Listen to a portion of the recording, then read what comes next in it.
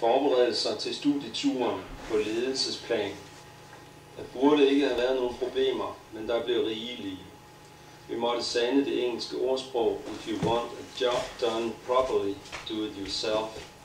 På grund af manglende depositum fra Mærskærs rejsebyrås side blev indkvarteringen i den grad forkludret, at vi kort tid før afrejsen ikke vidste, om indkvarteringen var i orden. Først da vi selv overtog den side af sagen, kom det i orden.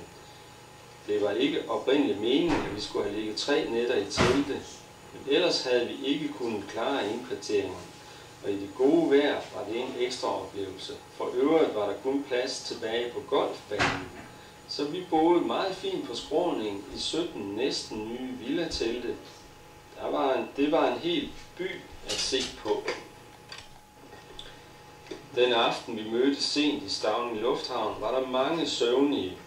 De 5, der var sejlet i forvejen, befandt sig allerede på Grange Farm, mens deltagerne i flyveturen for manges vedkommende havde været til flere dages fjordfestligheder. Spændingen var stor, også fordi nogle skulle flyve for første gang.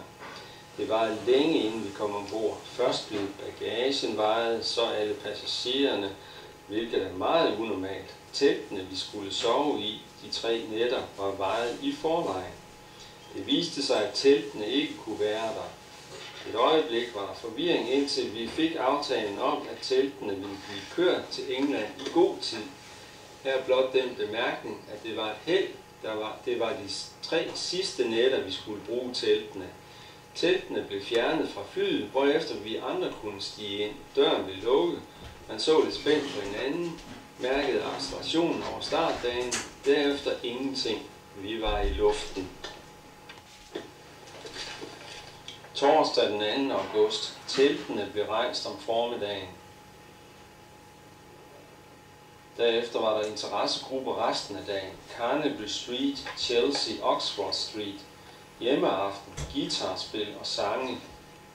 Fint vejr stadigvæk. Vi vil gerne slå 8 ting fast. 1. At der ikke bare blev lavet en tur, men et projekt, der krævede samarbejde mellem deltagerne, forældrene og lederne. Et projekt, der arbejdes med i et år, og derefter afsluttedes med studieturen til England.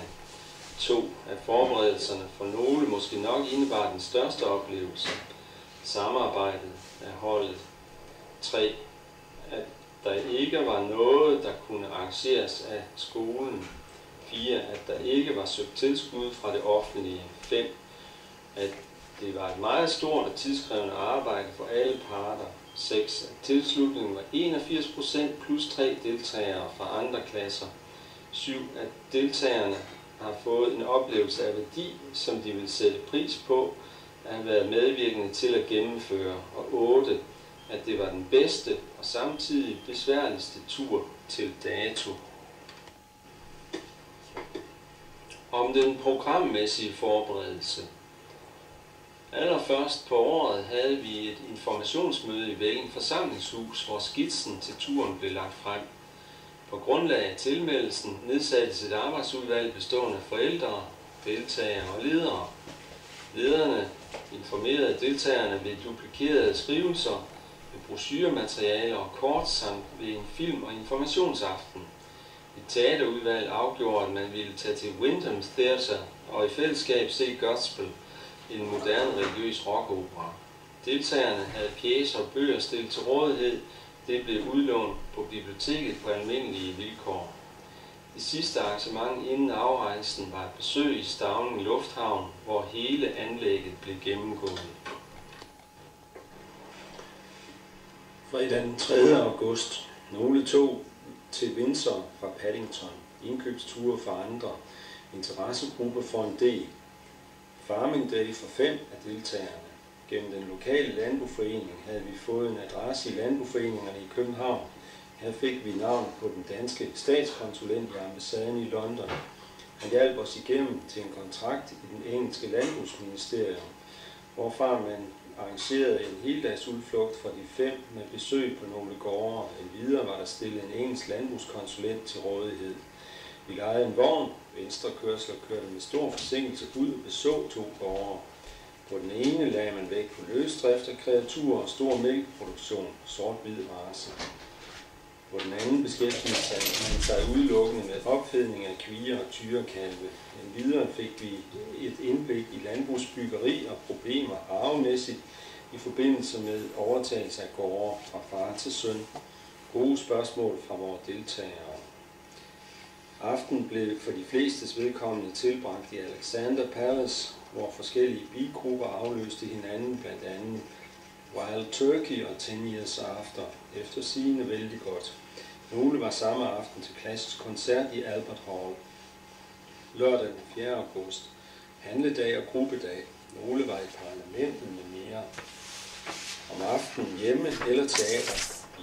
Enkelte så The Mousetrap, der er gået i 21 år i træk på det samme teater for fulde huse, og alt var udsolgt.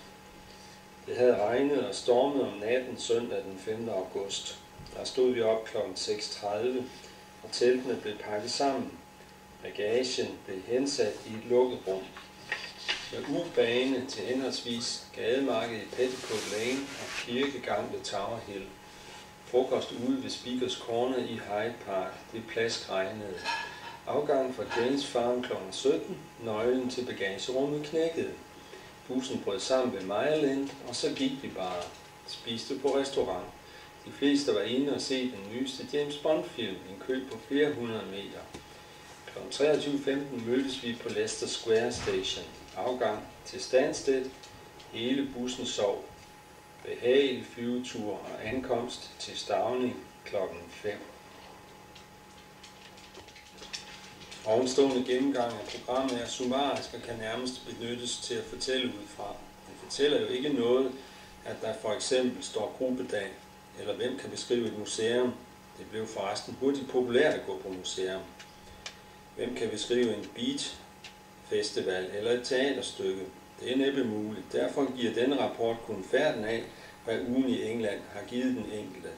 Men for alle, der har været med, har der været god lejlighed til at bruge sproget, og så vidt vi kan skønne, har de fleste fået de ønsker opfyldt programmæssigt, som man havde med hjemmefra.